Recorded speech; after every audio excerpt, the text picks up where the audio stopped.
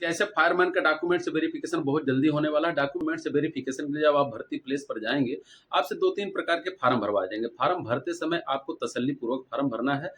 जो जानकारी उसमें माँगा गया है, अगर आपको नहीं समझ में आ रहा कि इस कॉलम में क्या भरना है, वहाँ पर जो स्टाफ रहते हैं, वहाँ पर जो अधिकारी रहते हैं, उनसे पूछ लीजिए, डरने की ज़रूरत नहीं है, लेकिन जो जानकारी देना है, सही जानकारी देना है। बहुत सारे बच्चे फार्म भरते समय गलती ये कर देते हैं कि अपने मम्मी-पापा का नाम में या उनका ऐज में या अपने डेट ऑफ बर्थ में या मोबाइल नंबर में, ईमेल एड्रेस में, अपने एड्रेस में, पिन कोड में, इन सब में जल्दीबाज़ी में गलती कर देते हैं। एक बार जो फ़ॉर्म आपने भरा है, उसको तसल्ली से फिर पढ़िए, अगर उसमें गलती हो जाता है, तो दूसरा फ़ॉर्म वहाँ से आपको मिल जाएगा, कोई घबराने की ज़रूरत नहीं है। लेकिन अगर आप जो जानकारी दिए हैं फ़ॉर्म भरते समय, उसमें कुछ बदलाव करना चाहते हैं कि आप जब फ़ॉर्म भर रहे हैं, तो उसमें कुछ मिस्टेक हो गया और सही जानकारी दूसरी है, तो उसके लिए पहले से आप एफ़िडेविट प्रमाण पत्र बनवा लीजिए किसी वकील से मिलके, वहाँ पर बन जाएगा और वो एफ़िडेविट जब आप वहाँ पर लेके जाएँगे, तो वहाँ पर जो अधिकारी हैं उनसे बोलिए कि सर जानकारी ये होना चाहिए था लेकिन फ़ॉर्म भरते समय हमसे गलती से ये हो गया था, उसमें हम सुधार कराना चाहते हैं, तो उसमें कंसीडर किया जाता है। एक एप्लीकेशन भी आप दे देंगे उस अधिकारी के नाम पे, तो वहाँ पर आपके पास में जो 10 और 12 की मार्कशीट होती है,